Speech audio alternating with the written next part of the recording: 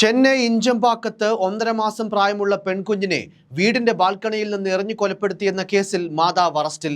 ഇരട്ടക്കുട്ടികളിൽ ഒരാൾ ജന്മന അസുഖബാധിതയാണെന്നും കടുത്ത വിഷമത്തിലാണ് ഇങ്ങനെ ചെയ്തതെന്നും 30 വയസ്സുകാരിയായ മാതാവ് ഭാരതി മൊഴി നൽകി.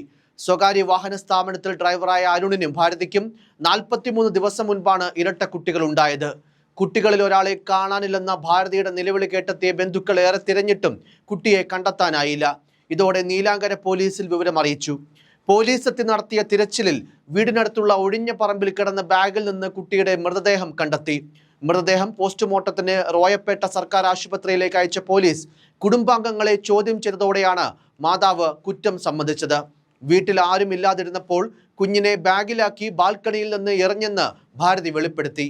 അന്വേഷണം തുടരുകയാണെന്നും പോസ്റ്റ്മോർട്ടം റിപ്പോർട്ട് വന്നതിന് ശേഷം മാത്രമേ മരണകാരണം സ്ഥിരീകരിക്കാൻ കഴിയൂവെന്നും പോലീസ് പറഞ്ഞു.